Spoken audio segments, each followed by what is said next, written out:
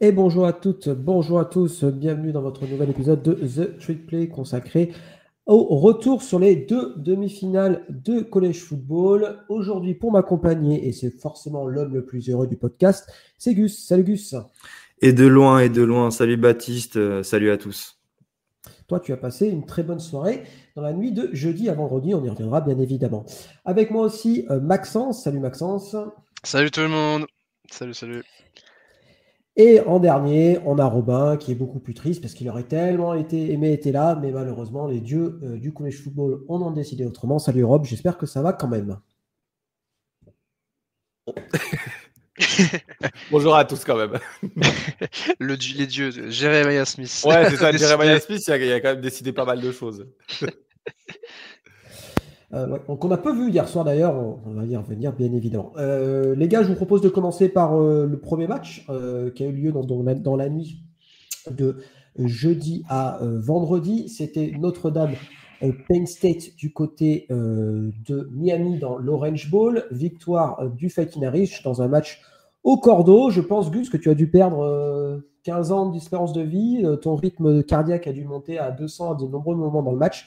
Victoire au forceps dans un match vraiment, vraiment compliqué pour le Fighting Irish. Euh, oui, commençons par les sensations dont tu parles. Bien sûr, ça a été très compliqué, notamment le quatrième quart-temps, où en fait ça a été un mano à mano, et où certains faits de jeu m'ont fait passer par toutes les émotions. D'abord croire, après une interception, que c'était fini, puis après... quand tu commences à t'approcher du gros logo Orange Bowl au milieu du terrain et que tu te dis, ah putain, t'approches le field goal range, et puis qu'après, finalement, tu l'atteins pas. Les interceptions, le walk-off field goal, enfin, tout ça, c'est une série d'événements qui m'ont fait passer par toutes les émotions.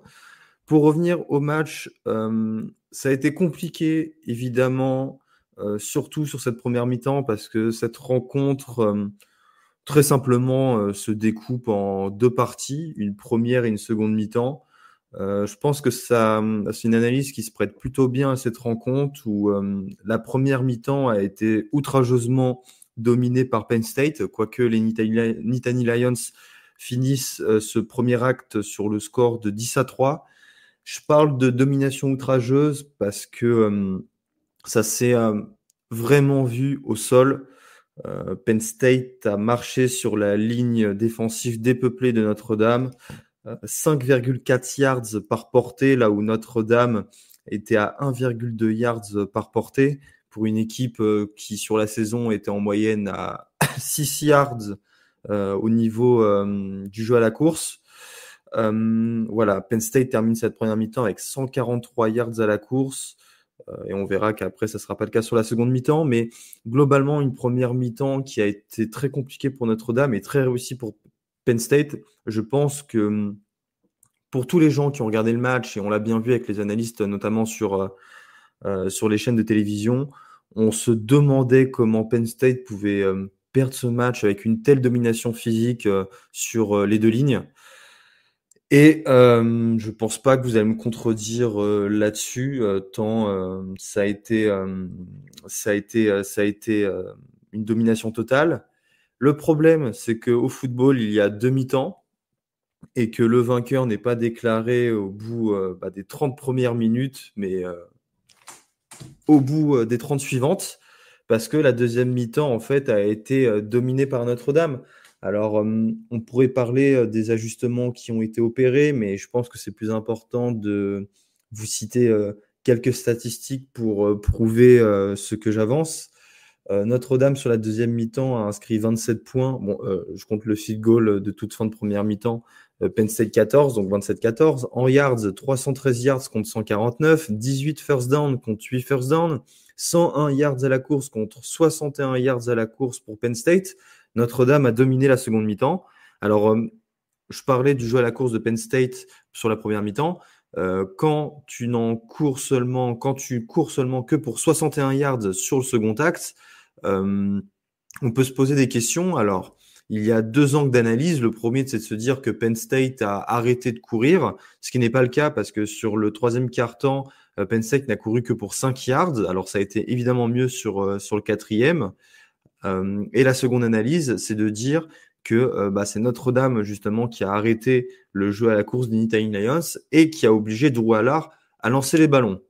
Alors, je sais, Robin, que tu vas me dire à qui Drew Allard a lancé les ballons. C'est pas ses receveurs, puisque et je crois que c'est une stat de dingue, ça va être la première fois depuis une dizaine ou une quinzaine d'années. Il n'y a eu aucune réception effectuée de la part d'un receveur. Tous les ballons sont allés dans les mains des running backs qui ont été exceptionnels, le duo Kaytron Allen, Nicolas Singleton et Tyler Warren, le tight end qui finit quand même à 75 yards pour 6 réceptions, mais 0 touchdown. Donc ma première question, pour éviter que mon monologue continue, à qui attribuer cette seconde mi-temps? Est-ce que c'est c'est exclusivement une erreur stratégique que d'avoir arrêté la course ou du moins de ne pas avoir appuyé là-dessus, là où ça faisait mal pour Notre-Dame? Ou est-ce que vous voyez justement un autre angle d'analyse? Je pense qu'avant tout, d'avoir arrêté la course, c'est que, certes, tu disais, oui, ils ont couru que 3 yards dans le troisième quart-temps. Ils ont couru 3 fois. Ils ont couru 3 fois, dont une perte. C'est vraiment quelque chose qui est, je trouve, assez... j'ai l'impression que Kotelnicki s'est dit, le coordinateur offensif de Penn State, s'est dit « Ah mais attends, on va équilibrer, on va essayer de changer parce qu'ils s'attendent à la course et qu'ils vont essayer de défendre la course. » Mais au fond, je regardais pendant que tu parlais, ils ont tenté que 3 courses dans le troisième quart-temps. Bon, certes, ils n'ont pas eu la balle énormément dans le troisième quart-temps, mais c'est... Ah mais justement, Robin, non mais t'as raison de parler de ça parce que... C'est que certes, vous avez fait des bons ajustements, mais pourquoi tu cours que 3 courses? Ouais, mais sur les 2 drives, alors sur le premier, en troisième et 2, Kaytron Allen court pour 0 yards. Il a arrêté, ce qui les oblige à punter. Et sur leur second drive, sur le troisième quart-temps, là aussi en deuxième et 7, Drew Allard court pour 0 gain, rush for no gain. Ouais. Mais tu fais courir Drew Et Allard. après, Drew Allard se fait saquer. Donc en fait, ils n'ont pas eu l'occasion de courir. On leur en a empêché. Bah, en même temps, il joue, si tu regardes dans le troisième quart, il joue 6 jeux. Il joue 7 jeux. Ils font 1, 2, 3 punt et ils font un first down et 1, 2, 3 punt. En fait, Notre-Dame, vous avez réussi à bien contrôler le troisième quart, je trouve. Et au fond, moi, j'ai eu cette impression quand Penn State a commencé à dérouler en première mi-temps que c'était fini pour vous parce que je me suis dit, ah mais n'importe quelle personne sensée va courir la balle 70 fois dedans, à droite, à gauche, sur outside zone, inside zone, un toss, du reverse, etc. Et tu te dis, bah, ils ont arrêté de faire ça. Ils ont essayé de lancer des passes vers l'avant alors qu'ils étaient devant et en contrôle. Tu vois, certes, tu as Steve Angeli qui vient et change le momentum total en fin de première mi-temps. Tu as totalement raison d'en parler, si ça te dérange, si je fais une petite parenthèse. Riley Leonard, à la fin de la première mi-temps, sort sur une suspicion de commotion et notre quarterback remplaçant rentre pour les 2 dernières minutes, ça doit être ça, Robin, et complète 6 passes sur 7, mais au-delà du fait qu'il nous amène à inscrire nos 3 premiers points du match avec un field goal, il a complètement, comme tu dis, relancé le momentum et à partir de ce moment-là, on s'est dit « Ah tiens, il y a quelque chose à faire ». Merci d'en avoir parlé. Ouais, bah, en fait, moi je trouve que c'est le tournant du match au-delà du fait qu'il y a eu un changement de play calling, c'est que le momentum, toute la première mi-temps, mais c'est vrai, hein, jusqu'à 2 minutes avant la fin du match, de la première demi, je me suis dit, mais il n'y a aucun monde où Notre-Dame ne serait-ce qu'existe dans ce match. Parce que certes, il n'y a que 10-0 au score, mais quand tu as l'impression de voir une D-line de Régional 3 qui joue contre une D-line de Division 1. Tu te dis, il n'y a aucun monde où Penn State ne court pas 50 fois dans leur gueule et qu'ils font 4-5 yards par portée. Et là, regarde, rien qu'avec la statistique, tu l'as bien dit, hein, c'est que rien qu'avec les stats de la deuxième mi-temps, tu te retrouves avec 5 yards par portée au match au complet, alors qu'ils ont fait des courses pour 1 yard, pour 2 yards en deuxième mi-temps. Ça prouve bien qu'en première, ils annihilaient totalement la défense de Notre-Dame. et il gagnait l'aspect physique. Et je pense que ce momentum de changer, de mettre Steve Angeli, qui était au final un super changement de dynamique, tu te retrouves avec une équipe qui se dit non mais en fait on peut gagner avec n'importe quelle arme qu'on a, la grille, peu importe, en fait on s'en fout de ce qui se passe, on peut le gagner avec nos armes, les gars qu'on a sur le terrain. Et je pense que l'aspect physique a changé. Et c'est un point de vue high test, hein, tu peux pas voir avec des stats, mais j'ai l'impression que Notre-Dame frappait plus fort, arrivait à se défaire plus des blocs en deuxième mi-temps. À la fois c'est du coaching, mais à la fois c'est du momentum, un changement de dynamique. Et moi je suis très content que Notre-Dame soit en finale, il n'y a pas de souci. Mais je trouve que Kotelnicki, il a laissé tomber son équipe en laissant tomber la course. Et que quand tu veux faire lancer Drew Allard, tu vas arriver à faire des interceptions, tu vas arriver à faire des lancers. La statistique, elle était folle. 2 passes, à la mi-temps, il y avait 2 passes sur 2 en screen pass, 2 passes sur 10 réussies, des passes qui dépassent la ligne de mêlée. C'est n'importe quoi. Quand tu as un quarterback qui fait ça en première mi-temps, tu peux pas te dire, attends, est-ce que ça serait pas le bon moyen de lancer en deuxième demi alors que tu gagnes? Bon, on était à 10-10, mais à la course, ça marche. Et le touchdown que Penn State marque pour arriver à 17-17, il court 1, 2, 3, 4, il court 5 fois pour 9 yards, 10 yards, 1 yard et 7 yards pour le TD. Et en fait, tu te dis, quand ils ont fait plus que 3 courses dans leur drive, ils ont marqué un touchdown.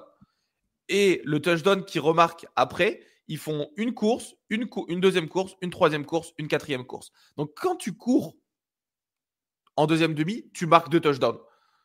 Et tu arrêtes de courir sur certains drives. Regarde, ils punt en 3 et 7, un false start, une passe, une course, pas de gain pour une deuxième en 3 et 3, mais parce qu'ils avaient voulu faire une QB draw ou je sais pas quoi. Mais en fait, tu te rends compte que les drives où ça marche pas, ils tentent de la passe, les drives où ça marche, ils tentent de la course, même en deuxième mi-temps. Donc, Kotelnicki, c'est faute professionnelle. Moi, je suis désolé.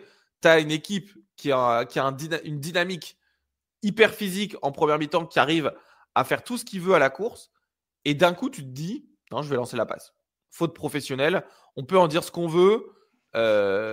Des ajustements qui sont déjà des très bons ajustements. Ouais. Mais je pense qu'il y a quand même quelque chose qui a pesé, qui a peiné au niveau du coaching. Et voilà.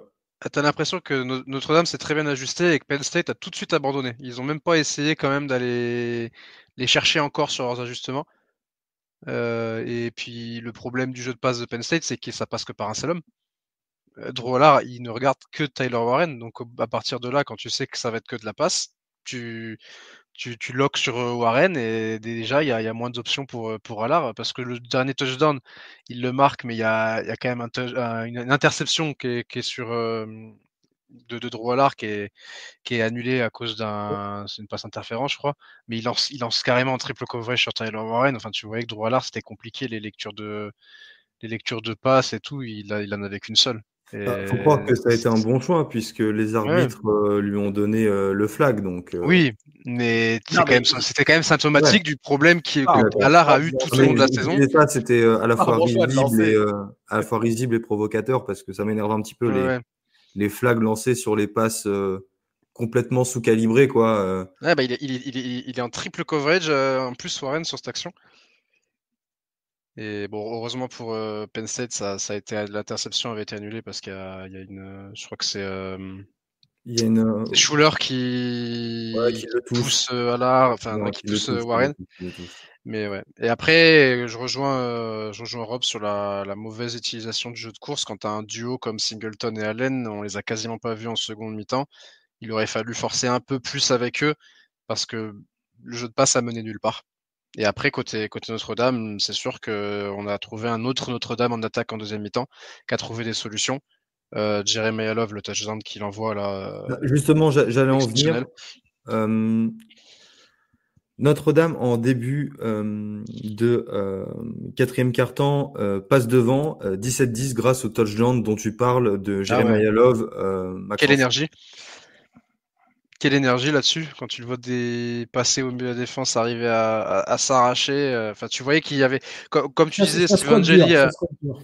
Ouais, c'est ça. Comme Steve Angeli a changé le momentum Notre-Dame, je pense qu'ils sont tous revenus en seconde mi-temps avec la volonté de leur marcher dessus, tu vois. Et ça se voyait sur les drives. Et comme disait aussi Robin, plus d'impact, voilà, ils étaient beaucoup plus présents.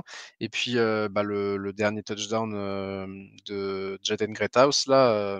Attends, justement, j'y viens. Vas-y. Jeremiah Love inscrit ce touchdown. D'ailleurs, j'aimerais noter qu'Abdul Carter a fait un match exceptionnel, Ouais. mais sur la défense, sur Jeremiah Love, il a tenté de puncher la balle pour aller chercher évidemment le turnover, ce qui est à mon sens une erreur. Il aurait dû, en plus, il était en position de l'arrêter, de le mettre au sol et de forcer Notre-Dame à forcer son destin pour aller inscrire un touchdown après. Je pense que c'était une erreur d'appréciation, de gourmandise, de vouloir aller chercher justement en vrai, enfin, tu sais, tu le dis après, tu vois, parce que t'es encore, ouais, super, ils ont marqué. Il y avait 3 joueurs sur lui à ce moment-là. Toi, t'es le 4e, on t'apprend, et en fait, tu sais, on voit une jugement d'appréciation, mais dans la room en défense, quand ils regardent du film ou quand ils apprennent, on te dit, il y a 3 joueurs sur le plaqueur, toi, t'es le 4e, tu punches la balle. Et actuellement, c'est ce qu'il y avait factuellement, t'as 2 joueurs, un qui sont sur ses jambes, un qui sont en haut, enfin un joueur, un défenseur sur les jambes, un défenseur en haut. Toi, tu es le 3e ou le 4e, tu punches la balle. L'action dure 3-4 secondes. Lui, il arrive après. Tu as le temps de constater que le joueur, ça va très vite. Hein. Attention, je dis pas l'inverse, Robin, ça va très vite, mais tu as le temps de voir qu'il est toujours pas au sol. Ouais, mais en fait, il est proche de la end zone qui continue d'avancer. Donc à ce moment-là, comment tu réagis? Il avance sur le côté. Enfin, il avance pas sur le côté. En fait, il avance pas verticalement. Il bounce sur le côté, en fait. Puis même quand tu punches la balle, tu déséquilibres le gars au départ. Enfin, tu sais, au fond, moi je trouve que c'est pas une erreur de jugement et c'est dommage que Ryan il soit pas là parce que Ryan il a coaché la défense. Mais moi je pense que en tant que coach, avec un aspect, tu as 3 joueurs dessus. Tu sais, en 1 contre 1, tu tentes pas de puncher la balle, mets le gars à terre. Mais là, tu as 2 gars, voire 3 sur lui, punch la balle. C'est comme ça qu'on t'apprend. Donc, tu peux dire c'est situationnel. Pas un yard de la end zone. Bah si, au final, parce que tu sais, ils sont 3, il va se faire arrêter. Faudrait que je vais écrire à Ryan, puis on se tient au courant à la fin du podcast. Mais je trouve que c'est un élément qui est un faux débat parce que la situation, elle se présente à faire ça. C'est une bonne idée d'envoyer un message à Ryan et on en parlera à la fin du podcast si tu veux bien, Robin. Penn State inscrit un touchdown 17-17, interception lancée par Riley Leonard 24-17 parce que Singleton inscrit son 3e touchdown de la soirée sur l'action suivante 24-17. Et là, l'action dont parlait Maxence, touchdown Notre-Dame, passe de Riley Leonard pour Jaden Greathouse à 5 minutes de la fin, 24-24. Une action où il met 2 DB sur le cul. Et puis c'est le corner, celui qui est sur lui là au début du snap qui glisse, non? Ouais, il glisse et après derrière il se retrouve en 1 contre 1 et là c'est une question de duel et il remporte son duel sur une espèce de cadrage débordement assez bien exécuté et puis là ça a été le moment où la défense a craqué. C'est dommage d'avoir. Parce qu'il y a justement 24-24, la défense craque un petit peu pour la première fois de la rencontre pour Penn State, au moment opportun en ce qui me concerne. Et c'est là que vient le dernier drive de Penn State et qui fera la décision. 33 secondes à jouer, 33 secondes pour beaucoup d'attaques, peut-être pas pour celle de Penn State, mais pour beaucoup d'attaques, je pense notamment à celle de USC où 33 secondes c'est suffisant pour aller chercher le field goal range ou même aller chercher l'end zone. Je sais que Lincoln Riley, lui, il s'était fait une spécialité à l'époque d'aller en une trentaine de secondes sur les fins de première mi-temps chercher le touchdown. Mais Drew Allard lance une interception sur Christian Gray. Notre-Dame récupère le ballon avec 33 secondes à jouer en l'occurrence dans les 40 yards de Penn State. En plus, il restait 3 temps morts pour les Fighting Irish.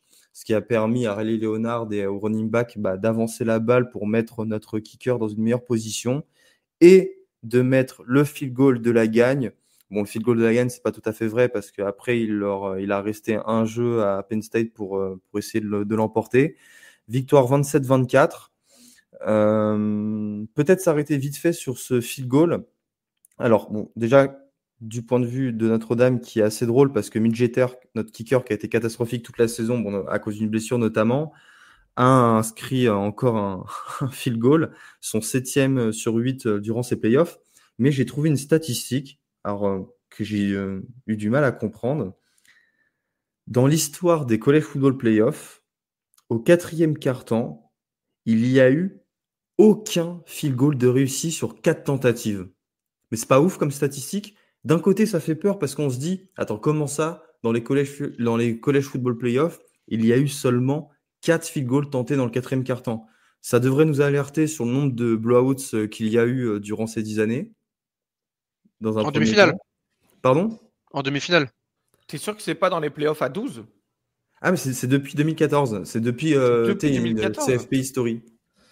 Ouais, Ouais, donc, parce que des matchs serrés en demi-finale ou quoi que ce soit, il n'y en a pas eu 150.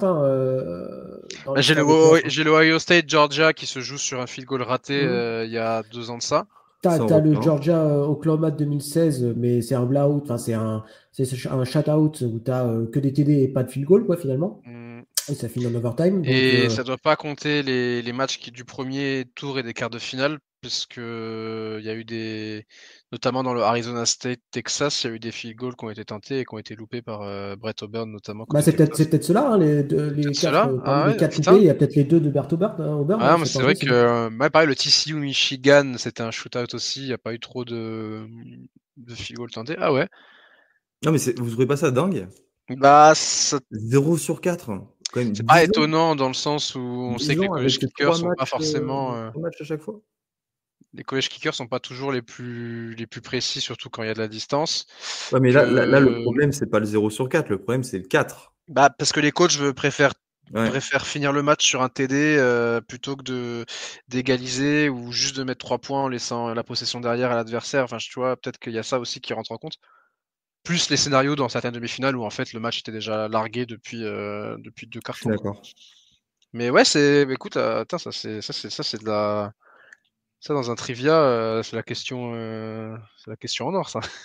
Et puis le field goal ne pouvait pas être bloqué parce que Penn State avait 2 joueurs derrière. Mais c'est débile, mais ça s'explique par... bon, déjà, je pense qu'il y a 2 raisons. La première, si jamais le field goal se fait bloquer, tu as potentiellement une chance de le retourner pour le touchdown. Et le fait de mettre un deuxième, je pense c'était la peur que Notre-Dame joue un jeu sur les special teams. Alors, ça serait jamais arrivé. Comme ils ont fait contre Georgia. Ça serait pas arrivé. Non. Tu prends pas autant de risques. Il te reste 7 secondes à jouer ou peu importe combien de temps il te reste. Je crois qu'il te reste 10 secondes à jouer. Il te reste 10 secondes à jouer. Tu as 40 tirs d'affaires. Tu vas faire quoi ? Faire un fake field goal pour faire un field goal plus proche ? Mais c'est pour ça, Robin, que je dis que c'est là c'est une erreur de coaching. Moi, je trouve que tu sais, au final, on parlait souvent de James Franklin comme un choker dans les gros matchs. Là, bon, certes, c'est la faute des coordinateurs d'équipe spéciale, mais au bout d'un moment, tu prends ton temps mort et tu lui dis non, mais attends, moi je vois pas, je veux pas 2 gars, parce que tu dis s'il est contré, on a le chance, c'est une retour. Ouais, mais si t'arrives pas à le contrer, tu perds le match. C'est pas comme si tu gagnais. En fait, non, mais tu sais, c'est pas comme si tu gagnais. Moi, ce que je peste là, c'est que c'est pas comme si tu gagnais 24. Enfin, c'est pas comme si tu perdais et qu'ils mettaient le field goal pour t'éloigner. Tu vois, c'est pas comme si tu perdais 23-24 et que tu es obligé d'avoir un retour de touchdown. Là, tu es à 24-24. S'ils mettent le field goal, t'as perdu. S'ils mettent pas, t'as rien perdu, tu vas en overtime. Pourquoi est-ce que tu veux mettre 2 gars pour un retour ? Mais 11 gars pour essayer de bloquer. Parce que là, c'est purement mathématique. Mais tu vas avoir 9 gars qui rushent, 2 gars qui tirent, enfin un holder, enfin 9 gars qui protègent, un holder, un kicker. Et plutôt que d'avoir un surnombre, de dire on se met 11 contre 9 sur la pression, où tu as un avantage numérique, et ben, tu mets 2 gars qui donc annule en fait la force sur la ligne, puisque tu as 9 gars qui vont rusher, 9 gars qui vont protéger. Bah, c'est idiot. On est d'accord, Robin, c'est une erreur. Alors, avant de se. Baptiste, je prends ton rôle avant de partir vers le Cotton Bowl. Penn State, pour parler d'eux, bilan de James Franklin face à des équipes du top 5, 1/15. Putain de merde. Voilà, stat. Parce que Notre-Dame. Mais ça, c'est pareil. Il faut donner du contexte quand même. Il faut donner Moi, j'aime du bien contexte. taper. Parce que tu joues j'aime bien Ohio taper- State et Michigan taper tous les ans. Ouais, alors, moi j'aime bien taper sur James Franklin, il n'y a pas de souci là-dessus. Je pense que les deux demi-finales ont vu le meilleur coach imposé et je pense que les détails sont joués par le coaching de manière globale. Et je pense que James Franklin n'est pas un super coach. Mais sur ces 1/15, sur combien de matchs il a été favori, combien de matchs il devait gagner, il n'a pas gagné au final. Il n'y en a pas 150, hein. Il n'y en a pas 150. Parce que Penn State, chaque année, il rencontre Michigan, Ohio State et potentiellement Michigan State qui sont très haut classés. Et ils ne sont pas donnés favoris parce que Penn State, c'est toujours une équipe qu'on voit entre 10 et 15 et qui a du mal à placer ce plafond de verre qu'on connaît. Donc voilà, donc moi je veux bien taper sur James Franklin. Je préfère lui taper dessus sur son choix de faire une passe au moment où tu as peut-être juste besoin de take a knee et d'aller en prolongation, plutôt que sur du stat brut qui ont du mal à donner un peu de contexte au stat. Je suis d'accord, la stat n'est pas bonne, je ne dis pas le contraire. Je dis simplement qu'il faut peut-être aller un peu plus loin que simplement dire il n'est pas bon dans les grands matchs. Mais oui, d'accord, mais si tu es classé 25e et que tu vas jouer le numéro 1 du pays à l'extérieur, bah oui, forcément, tu vas perdre, quoi. Enfin, il faut être un peu réaliste. Mais oui, après, je suis d'accord. C'est pas son meilleur match en tant que head coach, bien que je trouve quand même que, au vu de l'entrée on va dire, du début de match de Penn State, je pense que c'est un match très bien préparé de la part du coaching staff de James Franklin. Ça, on ne peut pas lui enlever. Alors après, sur les ajustements, bah, voilà, il y a eu un peu plus de mal. Mais voilà, moi, je suis pas ultra fan. Hein, je me fais un peu l'avocat du diable. Mais bon, il y a des pires coachs en college football que James Franklin. Ah, mais il serait plus à Penn State s'il y avait des pires coachs. On est bien d'accord là-dessus. Mais je pense que sur ce match-là, ça vaut le coup d'en parler. Justement, je ne suis pas d'accord avec toi parce que tu fais une première mi-temps où, certes, tu parles des ajustements, mais où ta domination est criante. Tu as quand même quelques erreurs en fin de match qui, à mon sens, et Robin en a très bien parlé, qui pouvaient être évitées. Notre-Dame, je pense, était quand même très prenable pour Penn State. C'est une année où, pour eux, justement, cette fenêtre d'aller en finale était vraiment présente, quoi. Elle se représentera peut-être pas de sitôt. SMU, Boise State, Notre-Dame, notamment avec les blessures aussi du côté de Notre-Dame. Je pense qu'il y a beaucoup de frustration chez les fans des Nittany Lions, parce que peut-être à juste titre, ils se disent que Penn State reste une meilleure équipe de Notre-Dame, ce que j'ai pas du tout de mal à entendre. Et c'est peut-être la défaite de trop pour eux. Alors j'espère qu'il ne sera pas viré. Et ça serait complètement con de virer un coach pour une demi-finale. Ça serait dur quand même. Ah là, normalement non, parce qu'ils sont allés en demi-finale. Droit-Lard revient l'année prochaine, donc ils vont se dire allez, on repart. Mais t'as une frustration légitime. Après Droit-Lard qui revient l'année prochaine. Non mais c'est le QB1 de la draft 2026. Non. Attends, on m'a dit que c'était le QB1 de la draft 2026. Ouais, ça va. Après, le fait qu'il revienne l'année prochaine peut donner, les fans peuvent se dire allez, vas-y, il va continuer à le développer et on est reparti pour un tour, quoi. Et sinon, côté. Après, je pense qu'il peut être. Juste pour terminer, ce qui est, je pense, très frustrant pour les fans des Nittany Lions, c'est qu'ils savaient que parce que ça fait 3 ans que Droit-Lard y joue, ça fait 3 ans qu'il y a Swanton, Putch, Singleton, Allen. Ils savaient que c'était là le moment pour aller au bout, quoi. Et quand tu penses pouvoir aller jusqu'au bout, enfin, en tout cas, tu as l'espoir et à être arrêté si proche du but contre une équipe qui était battable ou qui était à peu près de ton niveau, je pense que c'est d'autant plus frustrant. Mais il ne faut pas enlever quand même le très bon parcours de Penn State. Les fans de Penn State ont l'impression que la pièce tombe toujours du mauvais côté. En fait, dans ce genre de match-up, c'est peut-être aussi ça qui. Oui, je comprends aussi. En parlant d'être arrêté, je pense qu'on va finir sur ce match, mais il y a un élément qu'on n'a pas forcément parlé vraiment en tant qu'élément définissant, c'est la troisième tentative qui est en tout début de match c'est Penn State qui a la balle dans les 10 yards dans les 3-4 yards de Notre-Dame. Et en fait, c'est Nick Singleton, il me semble, qui drop une passe vraiment c'est un touchdown ouvert, il peut y aller en moonwalk après. Ouais. Et en fait, il a drop. Et donc, Passe dans les chaussettes, non ouais, la passe, elle est pas superbe. Mais elle doit quand même être attrapable parce que la passe, elle est sur sa hanche. C'est compliqué à faire comme catch. Mais tu es un joueur de division 1, s'il te plaît, fais quelque chose. Et moi, je trouve que c'est un élément dont on parle pas souvent dans le momentum. Mais Notre-Dame arrive à sortir de ça avec 3 points parce que justement, tu as lancé une passe et il y a eu un drop, etc. Mais j'ai l'impression que tu as vraiment ce passage de le momentum a changé aussi et tu rajoutes 4 points à la fin du match plutôt que de 3 points parce que tu as dû taper un field goal. Bah, est-ce que, bon, on va dire avec Desi, ma tante, ça serait mon oncle évidemment, mais tu rajoutes 4 points, bah, Penn State a gagné le match. Et c'est que ces petites actions comme ça de tiens, il y a une troisième tentative qui n'est pas convertie, on doit faire un field goal, qui sont en tout début de match, que tu payes en fin de match en termes de décision, en termes de pas forcément de décision, mais plutôt d'exécution. Et je pense que comme on l'a dit tout à l'heure, la pièce, elle tombe du mauvais côté tout le temps. Et ben, c'est un peu vrai, c'est que là, tu marques le touchdown, bah, tu gagnes le match au début du match. Et donc, tu te retrouves, encore une fois, je trouve, avec pas mal de. Le momentum a changé. Les grandes équipes arrivent toujours à trouver l'action qui te permet de prendre ton avance sur l'adversaire. Et on en parlera peut-être dans le match d'après. Et ouais, tu vois. on va passer au prochain match. Et là, oui, effectivement, ce drop de Singleton, il est terrible parce que même si la passe n'est pas bien lancée, elle est dans ses mains, quoi. Ouais, mais tu vois, regarde, j'ai dans le groupe du podcast, j'ai mis pour Abdul Carter si on finissait sur ça. Donc Guillaume et Kevin qui jouent au foot mais qui jouent pas en défense non plus sont d'accord avec moi pour dire que c'est pas une erreur de tenter le punch. Que la seule erreur qu'il fait à la rigueur, c'est de jeter à moitié, qu'il n'est pas vraiment en contrôle lors de son saut.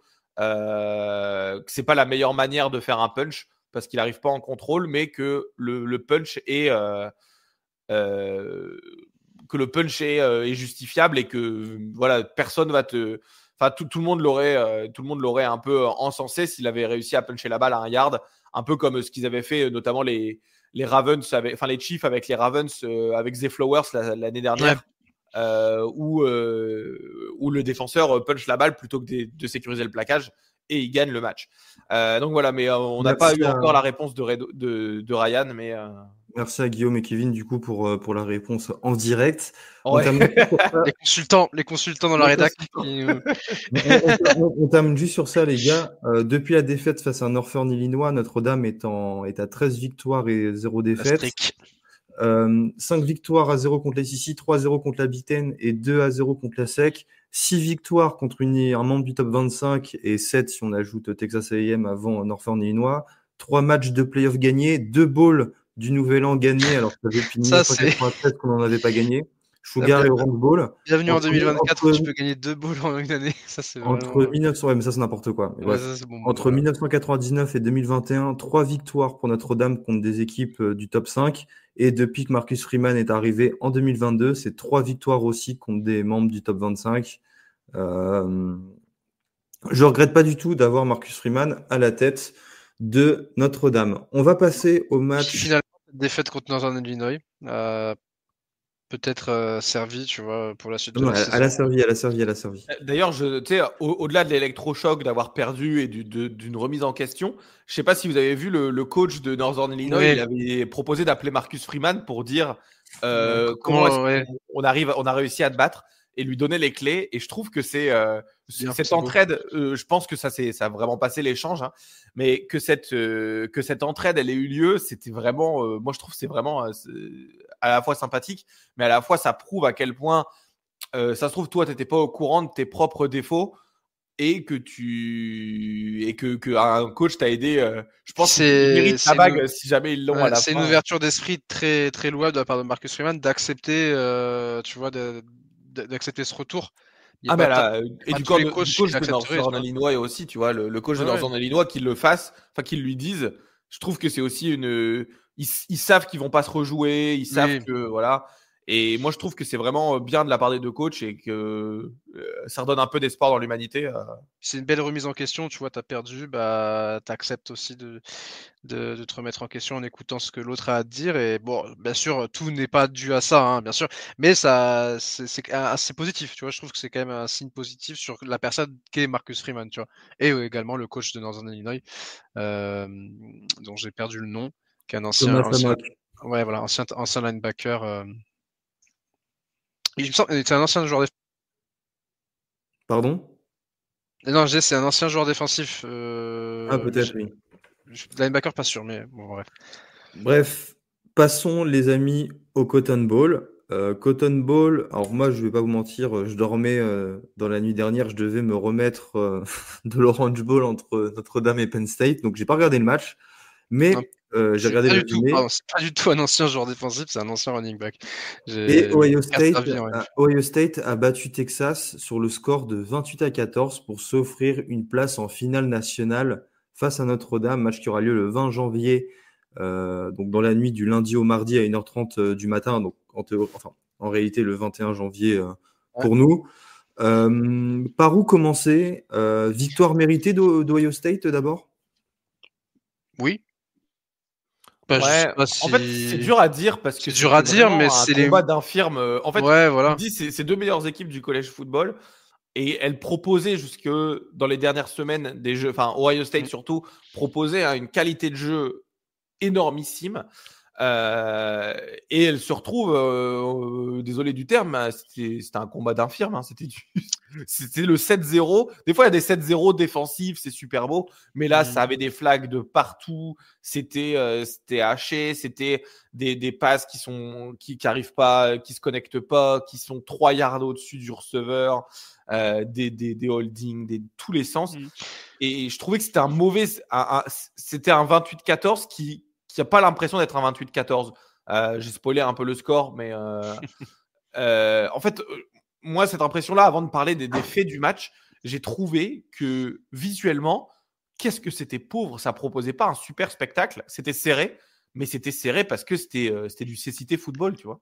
Bah, moi, j'avais l'impression que Ohio State nous resservait le même scénario contre Michigan, c'est-à-dire que ils laissaient l'adversaire dans le match.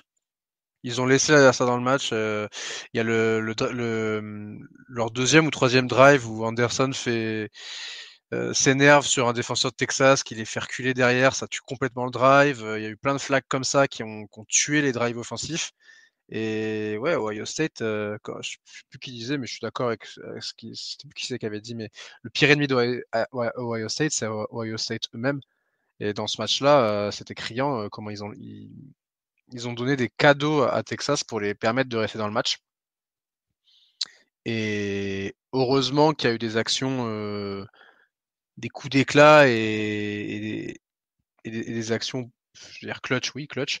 Est-ce que tu penses au deuxième touchdown d'Ohio State en fin de Ah ouais, parce que celui-là, il te mi-temps? met... Il est magnifique sur une screen, Ouais, Robin. ouais. Puis il sort de nulle part. Tu viens de prendre un touchdown contre Texas, ça fait un quart-temps et demi que tu n'avances plus en attaque et là tu te prends le touchdown de Texas, il te reste 30 secondes après un mi-temps. Et bon, après, grosse erreur de Texas aussi. Ce soir, c'est Robin. Tu disais que Texas s'attendait pas forcément à ce que Ohio State la joue comme ça. Ah, mais moi, je me suis dit, en fait, je crois qu'il reste 16 secondes Ouais, il reste pas grand-chose. En première mi-temps. Ils viennent de récupérer la balle avec 16 secondes après avoir marqué. C'est typiquement le genre de choses, tu te dis, OK, tu reviens à 7-7. Toi, quand t'es coach, tu te dis, OK, l'équipe d'en face, elle prend le genou, elle revient à la mi-temps avec des nouvelles intentions. En plus, ils avaient la balle en deuxième mi-temps, donc Texas a dû se dire, vas-y, c'est bon, ils vont... Et je pense qu'ils se sont dit, ah, OK, ils vont jouer une petite screen par-ci, par-là, ou qu'ils n'étaient pas prêts. Peut-être que c'est l'appel de jeu, peut-être que c'est le comportement des défenseurs qui était pas juste, qui était pas réveillé. Mais qu'est-ce que c'est que... Enfin, quelle erreur, encore une fois, de la part d'exécution et d'attention sur le terrain, de se dire... Tu as une screen pass et tu as 75 yards à faire et les mecs se dorment dessus. Mais quand je dis qu'ils se dorment dessus, ils se dorment dessus. Et tu vois, il n'est pas touché, mais c'est surtout, il n'y a que 2 blocs qui sont des blocs clés. Hein. Au final, la ligne, elle poule sur la screen pass. Tu vois le tackle et le guard qui s'en vont. Ils prennent chacun un gars et il n'y a plus personne qui le touche. Ils ont séparé la défense en deux et il a pris le trou et après il n'y a plus personne. Ça m'a paru vraiment. En fait, j'ai du mal à me dire que tu laisses faire ça et que tu n'es pas concentré en demi-finale de play-off. Tu n'es pas concentré jusqu'à te dire on joue jusqu'au coup de sifflet final à la mi-temps. Et je pense que d'un point de vue Ohio State, tu te dis ok, on a mis le premier drive du match sans difficulté. Le dernier drive de la première mi-temps, sans difficulté. Tout le reste, on s'est tapé sur nous-mêmes. Qu'est-ce que ça fait à la mi-temps ? Ça fait qu'à la mi-temps, on va te dire, par contre, réveille-toi. Moi, tu vois, dans des vestiaires, et Kevin, s'il avait été là, il aurait pu en parler, mais ou Ryan, quand tu coaches une équipe comme ça, tu leur dis, regardez, en fait, il n'y a que nous-mêmes en fait, si tu fais toi ton travail, il n'y a pas de problème. Tu fais ton 1/9, enfin ton 1/11e, c'est tout, ça va marcher. On s'est mis une balle dans le pied avec le flag de Henderson qui tape un joueur de Texas. Ensuite, avec des holdings, avec des false starts, avec peu importe, on se tire des balles dans le pied, mais Texas ne montre rien. La seule chose qu'ils ont montré, c'est une wheel route, enfin un tracé wheel pour le running back 2 fois, qu'ils ont marqué 2 fois dessus. Mais c'est le seul truc qu'ils ont montré. Et toi, en tant qu'équipe, tu as beaucoup plus confiance quand tu te prends, déjà quand tu vas marquer un touchdown comme ça. Et c'est comme marquer un but avant la mi-temps au soccer, tu vois. C'est de se dire, ok, tu sais que tu as les armes en deuxième mi-temps pour aller marquer plutôt que d'aller à la mi-temps et de te prendre les mains dans le visage, dans le vestiaire en te disant, bah, ok, ça va être une longue soirée. Un peu comme ce qui s'est passé avec Notre-Dame, le drive qui a reboosté avec Steve Angeli. Là, c'est même pas le drive, là, c'est le play. Il n'y en avait qu'un seul. Mais ouais, t'as raison, ça les a tués. Je te trouve dur quand même, Rob, avec Texas. Moi, je trouve pas que Texas a rien montré du tout. Moi, j'ai trouvé qu'ils ont fait preuve quand même d'une énorme résilience parce que quand il y a 7-0 au bout du premier drive des Buckeyes, que tu te retrouves directement et tu punts 2 fois, tu te retrouves directement tu sens que les Buckeyes, ils ont un momentum énorme et que tu te dis, putain, ça va faire 14-0 et ça va être terminé. Mine de rien, ils arrivent à jamais lâcher. Alors, effectivement, ça n'a pas été flamboyant, notamment en attaque. Mais je trouve quand même que cette équipe, elle a emmerdé pendant longtemps, parce qu'effectivement, 28-14 à la fin du match, tu dis, bah, il y a 2 touchdowns d'avance, c'était facile, etc. Absolument pas. Ce que je veux dire par là, c'est que le score, il est quand même plus proche de 21 partout que 28-14, quoi, qu'on soit très clair. Donc, ils n'ont rien montré, oui et non. Ils se sont mis au niveau d'adversaire. Je pense que ça a été la force de Texas finalement, et sa plus grande faiblesse cette année, c'est se mettre au niveau de ses adversaires tout au long de l'année. Et là, encore une fois, ça a été le cas. Moi, je m'ai donné les Buckeyes grandissimes favoris, et au bout du premier drive, je me souviens, on avait dans le chat TTP, on s'était dit ah bah de toute façon c'est plié, merci, au revoir, on va pouvoir se coucher tôt, quoi, d'une certaine façon. Et bah non, je trouve que Texas a fait preuve d'énormément de cœur, et notamment, alors on peut lui taper dessus, mais je trouve que Quinn Ewers a fait un match tout à fait correct. Voilà, ça c'est mon point de vue. Alors juste avant, en plus, juste avant le match, on avait appris qu'il allait probablement se présenter à la prochaine draft. Voilà, donc ça, au moins ça c'est fait. Mais voilà, j'ai trouvé son match en termes de leadership hyper intéressant. Il aurait pu couler, il ne l'a pas forcément fait. Alors effectivement, il y a cette vilaine interception à la fin. Mais de manière générale, il faut dire aussi qu'il n'a quand même pas été aidé par signe inoffensif, qui a quand même pris l'eau puissance grand V, notamment en début de match. Et malgré ça, ils n'ont pas lâché. Je trouve ça quand même assez important. Le côté droit de la line de a pris l'eau sur. En même temps, tu avais Tumolo qui était là, et même blessé, il a quand même fait des très belles choses. Et 2 sacs en moins d'un quart temps. Hein. Enfin, je veux dire. Ouais, mais je suis d'accord avec toi, Baptiste, sur le fait que Ewers a pas mal joué, et je trouve que les receveurs, au-delà de ça, de Texas, ont vraiment laissé tomber Ewers d'un point de vue où il y a tellement de drops des receveurs de Texas qui sont. Il y a eu un sacré drop là, je sais plus. Le gars il saute alors qu'il est en train de sauter. Je crois que c'est. C'est Golden, non? Non, c'est pas Golden. Golden, il fait une sacrée fève aussi. Hein. C'est Isaiah Bond, ouais. C'est Isaiah Bond. Golden aussi fait une sacrée fève à un moment donné. Ouais, mais après, tu sais, Ewers, il rate des passes à 2 yards au-dessus, il met des balles en touche, etc. Ça, il y a des mauvaises passes, mais c'est vrai que tu te retrouves à te dire, ok, bah, il y a des passes, elles sont bien, et les receveurs, ils ont droppé, ça arrête le drive, etc.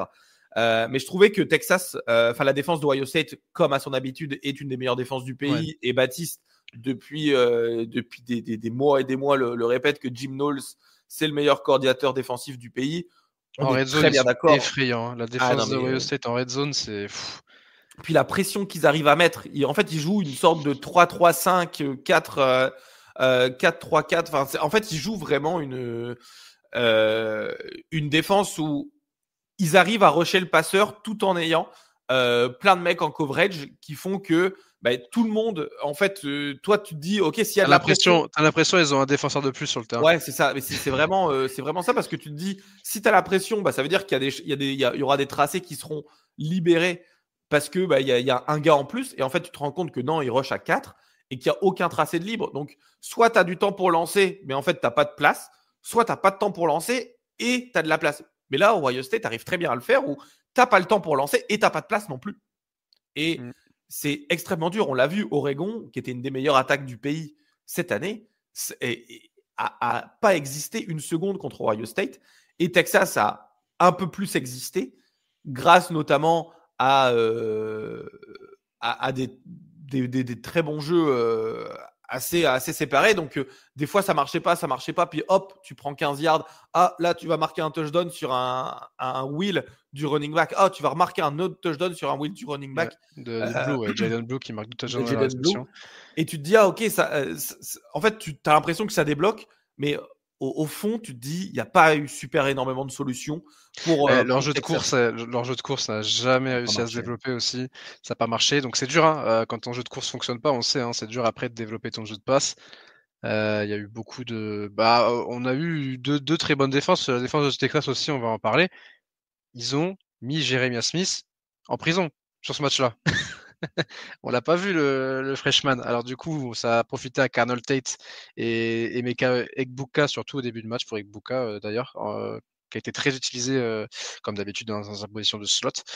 Et c'était un match vraiment où les défenses ont répondu présent et où les attaques ont pas tout le temps trouvé la solution. Moi, c'est un peu comme ça que je verrai le match, tu vois. Ouais, mais Jeremiah Smith, je trouve que Texas a vraiment donné une leçon de défense contre Jeremiah Smith. Ils l'ont pris du jeu, enfin ils l'ont take out du jeu, mais d'une manière vraiment remarquable. La seule passe qu'il attrape, c'est une passe qui est presque derrière la ligne de mêlée. C'est quand il passe devant c'est limite une screen pass qu'il attrape. Et en fait, plutôt que, en gros, l'erreur qu'a fait Oregon, c'était de laisser Jeremiah Smith en 1 contre 1 contre leur DB. Et là, Texas, ils ont regardé Oregon, le match d'Oregon, ils se sont dit, jamais on fait cette erreur-là de laisser Jeremiah Smith en 1 contre 1. On va aller le double team avec un safety. Ils ont utilisé leurs 2 safety pour y aller, un peu comme si c'était le joueur à arrêter. Et au final, on voit très bien que ça a fonctionné parce que tu te rends compte que, ok, certes, Egbuka a eu quelques passes, Tate également a eu des passes, mais le gros de l'attaque a été quand même plutôt bien muselé comparé à Jeremiah Smith qui a mis autant de yards.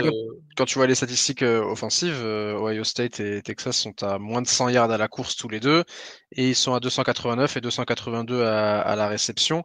Ce sont des bonnes stats, mais tu vois quand même qu'il y a eu, voilà, tu t'as maintenu à moins de 300 yards à la réception et moins de 100 yards au rushing. Les défenses globalement ont fait le taf dans le match et ça s'est joué. Le match s'est joué sur une action défensive de très grande classe. Peut-être on peut y venir maintenant de Jack Sawyer. Je pense que même le match, pour être tout à fait honnête, je pense qu'il se joue sur 2 snaps avant et sur un play calling absolument désastreux. Ah oui, sur le second niveau. Je pense que le match se joue là. Ouais, le outside sur le edge là qui est complètement. Ouais. Qui fait perdre 5 yards, à l'attaque. À l'attaque de Parce qu'il y a plein de flags en plus. Il y a plein de flags pour Ohio State juste avant dans la. Il y a deux pass DPI qui font que du first and goal pour Texas. Et à cause de cette option un peu bizarre appelée, fait que en fait tu te retrouves au lieu d'être un first and goal de la ligne des 2 avec la ligne des 7 et ça change ton play calling forcément. Et derrière tu prends l'action de Jack Sawyer. Donc voilà, pour moi la différence sur ce match-là, elle a un nom, c'est Sarkisian, enfin en tout cas les head coach à mon avis qui qui ont joué leur rôle à fond, quoi. C'est-à-dire, ce que je veux dire par là, c'est que pour moi, Sarkisian a montré qu'il n'est pas encore un très grand coach parce que son play calling, notamment sur ce first and goal où ils ont eu quand même 4 ou 5 tentatives, je crois, hein, pour aller en end zone, a été plus que moyen. Faut pas dire complètement nul. Et que de l'autre côté, je trouve que le play calling de Ohio State a été hyper intéressant, et notamment sur les moments chauds. Donc, si tu veux, on peut faire un récap de partir du moment où ils sont dans la red zone, ce qu'ils ont appelé. Ouais. Alors, il y a une passe pour Matthew Golden de 27 yards qui les permet d'arriver sur les 13. Il reste 5 minutes 37 à ce moment-là. Donc, première et 10 sur les 13. Jaden Blue court pour 2 yards. Bon, premier jeu appelé, tu vois, petit jeu de course pour établir ça. Derrière, passe complétée pour Wisner, 5 yards. Donc là, tu es sur les 6. Troisième et 3 sur les 6. Donc là, tu es quand même sur une situation qui est très bonne parce que tu réussis, tu peux aller chercher un autre first down pour prendre 4 jeux de plus pour aller marquer le touchdown. Enfin, je n'ai jamais coaché, mais quand tu es coach, c'est quand même une situation qui est assez bien. Troisième et 3 sur les 6. Tu te dis, si j'arrive à la valider, il me reste 4 plays pour aller chercher un touchdown. Passe interférence. Donc la première goal sur les deux. De nouveau passe interférence. Et là, à partir de là, tu avais réussi à aller chercher des passes interférences et à jouer 2 jeux de passe. Et tu vas faire un run qui ne me donne rien. Et là, le run terrible qui va te faire perdre 7 yards de Wisner sur le côté gauche. Ta O-line se fait manger tout le match. T'envoies c'est un tracé, c'est une course sur le côté là, un pitch un peu, c'est ça, c'est un pitch, et il se fait swarm complètement Wisner, et comme tu dis, après tu te retrouves troisième et goal sur les 8, et là c'est plus la même. Et là c'est plus du tout la même, et puis il y a cette dernière action, Jack Sawyer qui a complètement détruit le tackle et qui s'est retrouvé super rapidement sur Ewers. Et puis le reste appartient à l'histoire du college football playoff, puisqu'on est dans une action qu'on va revoir souvent maintenant dans les années à venir. Et ouais, et puis en plus, ce qui est marrant, c'est que Jack Sawyer, finalement, ça devait être l'héritier des frères Bossa, etc., etc. Il a mis un peu de temps à crever l'écran, mais là, on peut dire que cette action, elle est absolument légendaire. Et s'il y a titre national à la sortie, ça sera une action qui rentrera dans la légende du college football de manière générale, et c'est plutôt cool parce que c'est une action défensive, que ça change un petit peu aussi quand même, et que voilà, ça a été une masterclass, c'est-à-dire que il se défait du tackle, il va saquer, fumble, récupérer le ballon et faire un sprint, alors que je ne sais pas quel poids il fait, Jack Sawyer, mais je pense que le cardio est monté là. Le cardio est monté, quoi. Je ne sais pas si vous avez vu l'interview de Jack Sawyer après quand il... où il dit dans ma tête, je pensais juste à pas tomber comme Will Howard l'avait fait. Oui, Will Howard nous a fait Daniel Jones. D'ailleurs, à ce moment-là, on en parlait en tout début avant d'enregistrer. Moi, j'étais persuadé que le défenseur lui mettait une cuillère, et puis quand tu vois le replay qui arrive, en fait, le turf monster l'a plaqué, comme on dit. Mais ouais, non, c'était franchement, le play calling en red zone sur ce dernier drive a laissé à désirer. Et cette action-là, ces 7 yards perdus, ils vont hanter les fans des Longhorns très très longtemps. Parce que pareil, je pense que là où je trouve que ça va être frustrant pour Texas, c'est pareil. Ils avaient mis vraiment Ohio State, là, ils voulaient qu'il soit, quoi. C'est-à-dire en grosse difficulté vis-à-vis de la défense, en tout cas de l'attaque de Ohio State en grosse difficulté, parce qu'il n'y a pas eu de jeu au sol, quoi. Et malgré ça, il leur manque encore ce truc pour ce fameux plafond de verre, quoi. Je parlais de Penn State, mais Texas, c'est pareil, parce que finalement, ça fait 2 demi-finales de suite où ça joue pas à grand-chose. Hein. L'année dernière, contre Washington, c'était pareil. Hein. Mais hop, toujours pas capable de passer ce plafond de verre-là, avec une équipe qui est quand même... Il y a des vétérans. Alors, il y a des jeunes, on est d'accord, mais il y a quand même des vétérans. Et c'est un petit côté frustrant, parce que tu sais pas quand est-ce que tu auras une nouvelle opportunité de passer si près, on va dire, de ce titre, quoi. Surtout que maintenant, tu es dans la SEC. Tu es dans la SEC, donc il va falloir batailler chaque année quand même contre les autres pour y accéder. Et on sait que les places sont chères. Et ouais, non, t'as raison, qu'une opportunité comme celle-là se représentera pas tous les ans. Alors déjà qu'ils l'ont laissé échapper l'année dernière. Donc après, on verra, il y aura Arch Manning normalement qui sera aux commandes, donc on verra ce que ça donnera. Mais ouais, effectivement, il y a pas mal de... Je pense que les têtes sont lourdes ce matin du côté d'Austin, parce que tu as la sensation de ne pas être passé très loin d'éliminer Ohio State. Si près, à la fois si loin, quoi. Ouais, voilà, c'est ça. C'est ça. Et puis après, le drive final qui se termine sur l'interception de Caleb Downs. Bon, Ouais, c'est le clou final, mais voilà, le match était déjà joué. J'ai une question pour toi. Tu parlais de plafond de verre justement il y a quelques instants. Michigan, ils ont aussi perdu 2 fois en demi-finale avant de gagner en finale l'année suivante. Je crois qu'ils perdent en 2021 contre TCU. Non. Ils perdent en 2021 contre TCU. Contre Georgia en 2021. Ouais, contre Georgia en 2021, contre TCU en 2022. Et ils arrivent à le gagner au final contre Alabama en 2023 pour gagner le championnat. Est-ce que tu penses que c'est une trajectoire similaire avec Sarkisian et avec, on va dire, Harbaugh, ça fait quand même assez longtemps qu'il coach et tu perds 2 demi-finales et quand tu la gagnes, ça y est, ça te débloque et tu y vas? C'est une bonne question. J'avais pas forcément fait le parallèle, mais il peut être. Après, c'est plus le même format.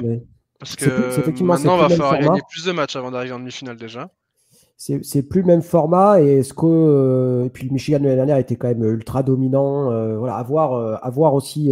Après, tout va tellement vite, ils perdent énormément de monde, mais voilà, on va voir ce que ça va donner à Arch Manning. Pour ce qu'on a vu sur le terrain, pour l'instant, ça avait l'air très intéressant aussi. Donc probablement Texas sera très fort, il n'y a pas de souci là-dessus. Mais tu sais ce que tu perds, tu sais pas forcément ce que tu gagnes. Après, voilà, la comparaison est tout à fait pertinente. Oui. Effectivement, hein, il suffit pas grand-chose pour basculer du bon côté, quoi, parce que bon, Michigan, on leur avait donné une réputation de loser, à juste titre ou pas, j'en sais rien, mais voilà, il suffit d'une année pour tout ça se débloque. Mais voilà, mais Rob a raison. Des fois, il suffit il y a des équipes comme ça. Une fois qu'elles ont pété le plafond, le match qui suit, la finale, ils l'emportent et puis. Et puis ils arrivent enfin à finir ce pourquoi ils ont travaillé durant plusieurs années. Donc, faut voir aussi qui reviendra. J'ai pas en tête les mecs qui vont partir à côté Texas. Parce que Michigan, de tête, en 2023, ils avaient quand même une équipe assez expérimentée, avec pas mal de gars qui avaient justement vécu les 2 éliminations de suite en demi-finale. Ouais, avec un esprit de revanche. Après, on va voir ce que ça va donner. Mais après, il y a quand même les éléments qui sont là pour Texas. Je veux dire, ils recrutent très très bien. Après, sur le portail des transferts, pareil. Enfin, je veux dire, dans le Texas. Voilà, ça fait partie de ces programmes qui ont, je pense, profité au maximum, de la réforme sur la NIL parce que il y a énormément d'argent à l'université de Texas, donc forcément, tu recrutes très bien. Donc voilà, ils sont pas si loin que ça. Mais après, pour passer ce plafond de verre, je pense qu'il faut aussi un head coach de très très très très très très haut niveau parce que je pense que c'est une condition, c'est sine qua non. Je pense que Jim Harbaugh est un très très grand coach parce qu'il a réussi à peu près partout où il est passé. Je suis pas encore certain que Sarkisian le soit. Il peut le devenir. Hein, c'est un bon coach. C'est un bon coach déjà. Il l'a prouvé. Maintenant, il faut. Lui aussi, il a son plafond de verre à péter. C'est un super coordinateur. Tu vois, c'est un super coordinateur. Le play design est vraiment vraiment magnifique. Je trouve je sais pas si c'est Sarkisian qui fait le play design, mais la façon dont Texas joue ses jeux. Je trouve que c'est vraiment bien coaché en termes d'exécution. Après, encore une fois, c'est les petites décisions comme ça qui font que. Il a fait progresser le programme. C'est ça. Quand il récupère le programme, c'était vraiment devenu une blague ambulante. Texas, tout le monde se foutait de leur gueule tous les ans et tout. Et maintenant, il les a quand même remis sur le devant de la scène. Faut que ça continue et puis faut qu'il arrive à péter ce plafond de verre et comme tu dis qu'il soit plus juste un très bon play designer, coordinateur, mais qu'il devienne vraiment un head coach de la trempe des mecs qui remportent les championnats nationaux, donc des Harbaugh, sans aller jusqu'à Nick Saban bien sûr, mais on verra. Ce sera intéressant à suivre Texas l'année prochaine. Ce sera forcément une des grosses histoires de la saison 2025. Est-ce que, je sais pas, Gus, tu m'aurais rajouté quelque chose sur ce que tu penses du match ou... Non, moi j'ai rien à dire. Je vous avoue que ça serait pas pertinent pour les auditeurs. Et Quinn Ewers alors, c'est sûr, il part à la draft ou... Normalement, il l'a pas déclaré officiellement, mais les insiders l'ont un peu annoncé. Gus, d'ailleurs, si jamais tu veux faire rentrer Baptiste, regarde le chat. Baptiste, il est sorti un peu, mais visiblement, non, c'est quelque chose qui est assez attendu pour que Ewers retourne à la draft. Moi, je pense que il va y aller de par le fait que Carson Beck revient, que donc dans ce cas-là, en fait, tous les QB, les top QB que t'attendais, on va dire Beck. je dis pas que c'est un top QB en termes de draft, loin de là, mais dans les quarterbacks qui se présentaient, après pas dans la draft en général. Qui se présentaient, en fait, il y a, on va dire maintenant, il passe du borderline top 5 à c'est sûr qu'il rentre dans le top 5 des QB qui peuvent aller à la draft. Donc forcément, ça va te faire gagner des positions. Après, est-ce que c'est la bonne décision? Moi, je pense que de toute façon, il doit, il ne peut pas rester à Texas parce que Arch Manning, il est trop en train de prendre de la place. On l'a vu, les actions. Il y a quand même pas mal de gens qui appelaient quand il y avait quand il a failli avoir 14-0, qui appelaient déjà à mettre Arch Manning dans le match parce que il allait pouvoir courir, mettre en place des jeux, notamment la course qu'il fait où il se fait éclater. Ouais, oh putain, il s'est envoyé là. Ah, il se fait. Et il est pas loin du fumble, hein. Heureusement qu'il le gars, il lui met un coup dans le casque, à l'arrière du casque. Je pense qu'il a bien senti. C'est pour ça qu'il a la balle. Ouais, non, mais moi, je pense que en fait, les supporters de Texas, les boosters, ont vraiment envie d'avoir Arch Manning. Que l'écart entre les deux est pas énorme et que si tes boosters ils veulent, tes fans ils veulent ça, et que Arch Manning en année 2, en année 3, de toute façon, ils pourront pas. Il est redshirt sophomore, non? Il est redshirt freshman, hein, c'est sa deuxième année. C'est sa deuxième année, donc il sera redshirt sophomore, donc ça sera la troisième année qui sera là. Je pense que voilà, c'est typiquement le gars à mettre. Il a prouvé dans les matchs où Ewers était blessé qu'il peut garder ça. Il arrive à être présent dans le jeu à la course et tu peux vraiment pouvoir faire des belles choses. Donc je pense que Ewers, soit il va à la draft, soit il transfère. De toute façon, on le reverra pas sous le maillot de Texas l'année prochaine. Arrêtez de me parler d'Oregon, s'il vous plaît. Pourquoi pas? Mais parce que non, casse-toi de là. Tu sais, si Quinn Ewers va pas à la draft, moi je le verrais bien partir à Georgia du coup. Parce que là, à Georgia, ils ont besoin d'un nouveau QB. Ils ont Gunnar Stockton qui est toujours là. Ouais. T'as envie de partir avec Gunnar Stockton l'année prochaine à Georgia? Je sais pas. Une année, une off-season en starter, etc. Mais enfin bref. Ouais, c'est un débat pour la question, mais un débat pour une autre fois. Quinn Ewers, voilà, c'était peut-être le dernier match de. En tout cas, je pense que c'était le dernier match de Quinn Ewers sous le maillot de Texas. Est-ce que c'est le dernier match en college football? Comme les insiders disent qu'il part à la draft, on peut l'imaginer, et donc on retiendra que ça s'est terminé sur un strip sack et sur une interception. Sa dernière passe lancée, c'est l'interception. C'est assez terrible, mais voilà, il y a des joueurs comme ça terminent des carrières comme ça en college football. Après, c'est comme ça. Est quand même super fiable dans ces infos, donc ça serait quand même relativement étonnant de le voir revenir. Après, on n'est pas à l'abri d'une surprise, mais je suis d'accord avec vous, quand il arrive, ça ne sera pas chez les Longhorns, j'en suis persuadé. Et donc, Will Howard et Ryan Day en finale nationale, ils sont plus qu'à une victoire de l'emporter face à Notre-Dame. Duel Riley Leonard, Will Howard, les deux QB qui ont transfert d'ailleurs. Comme prévu, dans une finale qui fera plaisir aux fans des Michigan qui ont payé leur titre national volé de l'année dernière, entre guillemets, par une finale peste comme choléra.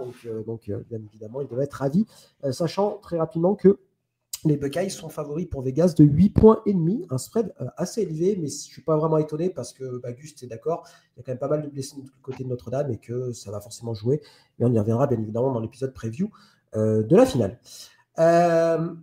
Les gars, on a fait le tour global de ces deux demi-finales. Tu voulais rajouter quelque chose avant qu'on rende le micro? C'était bien, ouais. Le premier tour nous a laissé sur notre faim. Les quarts de finale ont été corrects. Il y a eu des bons matchs quand même. Oui. Des bons matchs, mais bon voilà. Mais là, on a eu des vrais matchs de play-off qui se sont décidés jusqu'à la fin. Donc, ça prouve encore que 12, c'est beaucoup trop. Mais l'ironie du sort, c'est qu'on a eu des demi-finales entre des équipes qui n'auraient pas forcément été qualifiées si on avait été à 6 ou à 4 dans tous les cas. Mais bon, je pense qu'on a quand même deux des meilleures équipes du pays en finale et c'est peut-être ça qu'il faudra retenir. Très bien, très bien. Merci Gus, merci Maxence et merci Rob pour ce nouvel épisode. On vous fait des bisous et puis on vous retrouve très bientôt pour l'épisode preview de la finale, donc qui aura lieu donc dans la nuit du 20 au 21 janvier, lundi au mardi, à 1h30 du matin. Je crois que c'est ça maintenant, Gus. Hein. Oui, lundi, mardi. Ça marche, donc on se Ouais, retrouve pour malheureusement. la preview, mais voilà, d'ici là. Ok, bah merci à tous, merci les gars. Merci tout le monde. Merci à toi, merci à vous. Merci, Et puis bye bye. à bientôt tout le monde. Salut Ciao. tout le monde.